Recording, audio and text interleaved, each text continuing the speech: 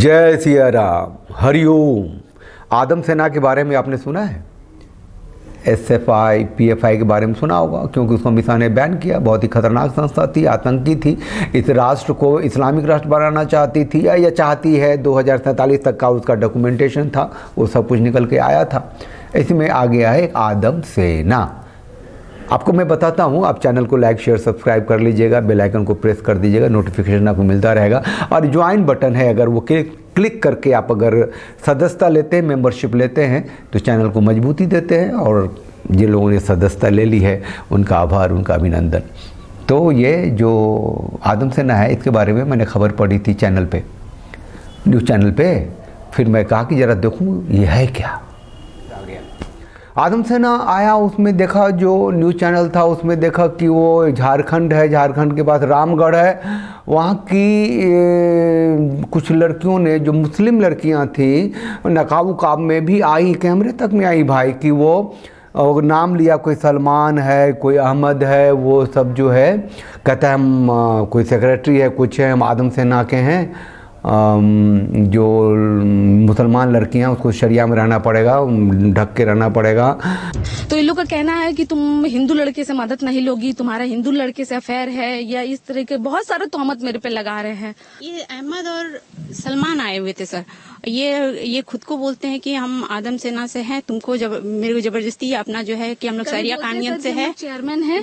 कभी बोलते हैं कि हम यहाँ रामगढ़ के सदस्य हैं, कभी कुछ बताते हैं और बोलते हैं कि तुम मेरी बात नहीं मानोगी ना, तो तुम्हारे साथ क्या करेंगे ना, ये तुम देख लोगी। और वो शरिया के हिसाब से चलना पड़ेगा, और नहीं तो मतलब दिस कर दूंगा, दैट कर दूंगा, और बहुत सारी बातें थी। तो मैंने कहा आखिर भैया आदम सेना अचानक से कैसे आ गया। गूगल बाबा के पास गया, तो गूगल बाबा ने लिखा हुआ है कि आदम सेना एक भारतीय गैर सरकारी संगठन था और बाद में एक राजनीतिक दल की स्थापना तत्कालीन नायब इमाम और जामा मस्जिद के वर्तमान शाही इमाम सैयद अहमद बुखारी द्वारा 15 जून 1986 को दिल्ली, भारत में की गई थी। सुना कभी? चलो रहा होगा, बहुत सारी संस्थाएं हैं, तो अपना एक आदम सेना भी था। लेकिन भैया ये तो बड़ा खतरनाक। तो तैयार हो जाओ, एकजुट हो जाओ, आदम सेना आपके शहर आ रही है। और आप जिस शहर से हैं, वहां पर आप मुसलमानों को एकजुट करना शुरू कीजिए। आपको अल्लाह के रसूल सल्लल्लाहु अलैहि वसल्लम का वास्ता, आपको इस्लाम का वास्ता, आपको हमारे दीन का वास्ता, आप मुसलमानों को मुत्तहिद कीजिए।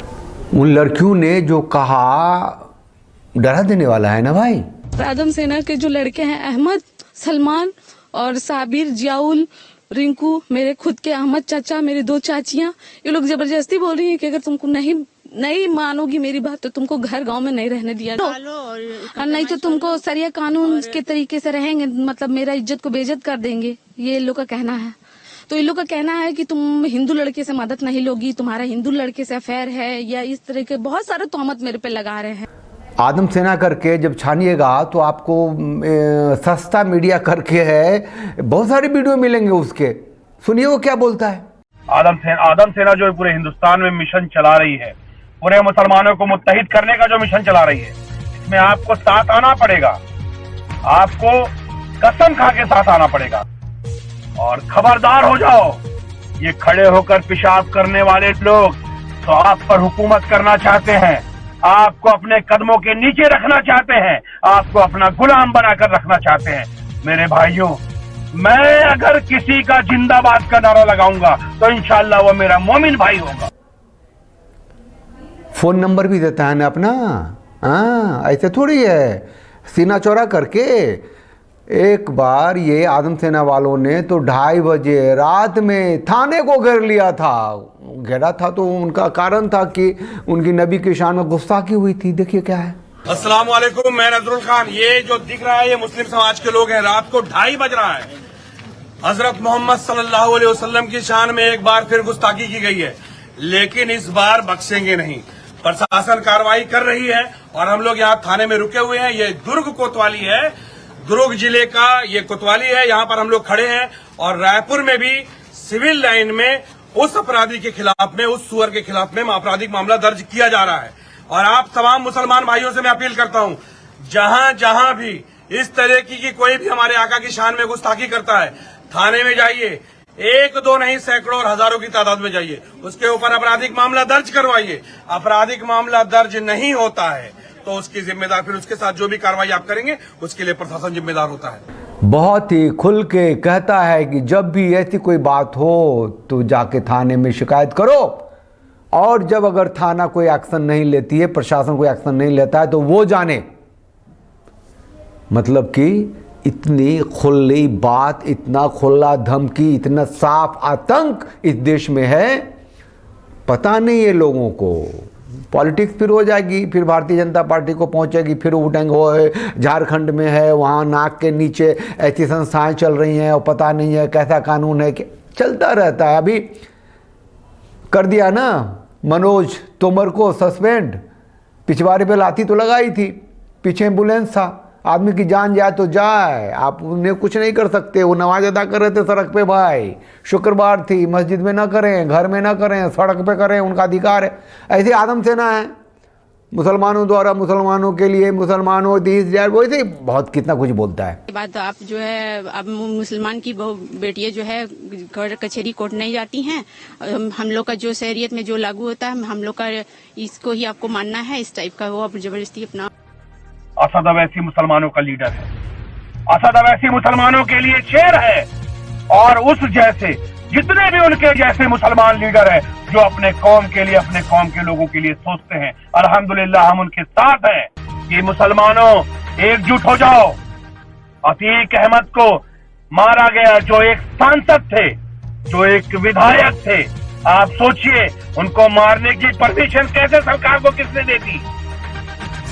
उनको मरवाने की परमिशन जब एक सांसद, पूर्व सांसद की सुरक्षा सरकार नहीं कर पा रही है, मतलब सरकार उनको मरवाना चाहती थी। आज अल्हम्दुलिल्लाह हम लोगों ने एक मिशन चलाया था कि रमजान में हम लगभग 1 लाख मुसलमान आदम सेना से जुड़ेंगे, और अल्लाह का शुक्र है कि हमारी तादाद पूरे हिंदुस्तान में इन 4-5 महीनों में 2 लाख से ज्यादा हो गई, और हम 100 से ज्यादा शहरों में आदम सेना का परचम लहरा चुके हैं। अगर आपका शहर पीछे है, आपका कस्बा पीछे है, तो उठाइए आदम सेना का झंडा और शुरू हो जाइए अपने मुसलमानों को एक तरफ से मुत्तहिद करने के लिए। अब मैं आपको सुना के, मेरे को मतलब क्यों सुनाया मैंने, आदम सेना आ गई है भैया, बहुत बड़ा खतरा है। बात इतनी सी है कि आपके घर में कोई आदम सेना का आएगा और कहेगा सुनिए, मैं अच्छी बात कहेगा, बहुत अच्छी बात कहेगा कि आपकी जो लड़की है उसको कहिए ढंग से कपड़े पहने, हमारा ईमान ख़राब होता है। हमने तो अपनी लड़कियों को बुरके में ढक दिया है भैया, जो शरिया कहता है वो तो मानना पड़ेगा, लेकिन आप लोग तो दूसरे कौम के, तो ठीक से ऐसे कपड़े पहनाइए ना जिससे कि हमारा ईमान ना डोले। क्या कर लेंगे आप, क्या करेंगे, क्या करेंगे? ये तो बहुत छोटी बात कही।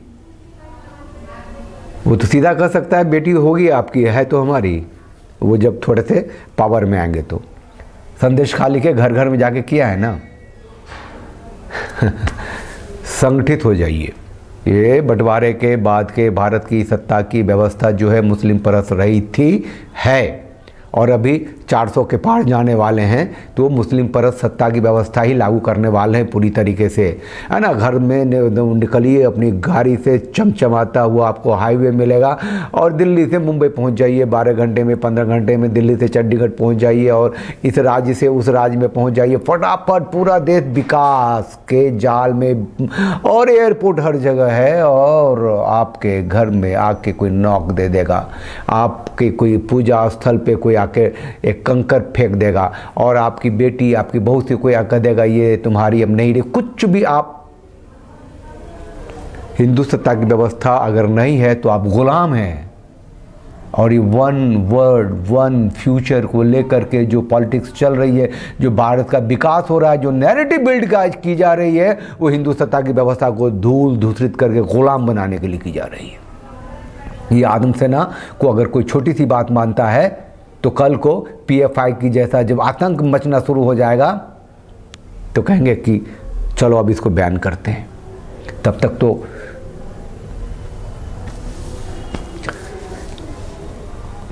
चैनल को लाइक कीजिए, शेयर कीजिए, सब्सक्राइब कीजिए, ज्वाइन बटन क्लिक करके मेंबरशिप लीजिए, चैनल को मजबूती दीजिए। जय सिया राम, हरिओम।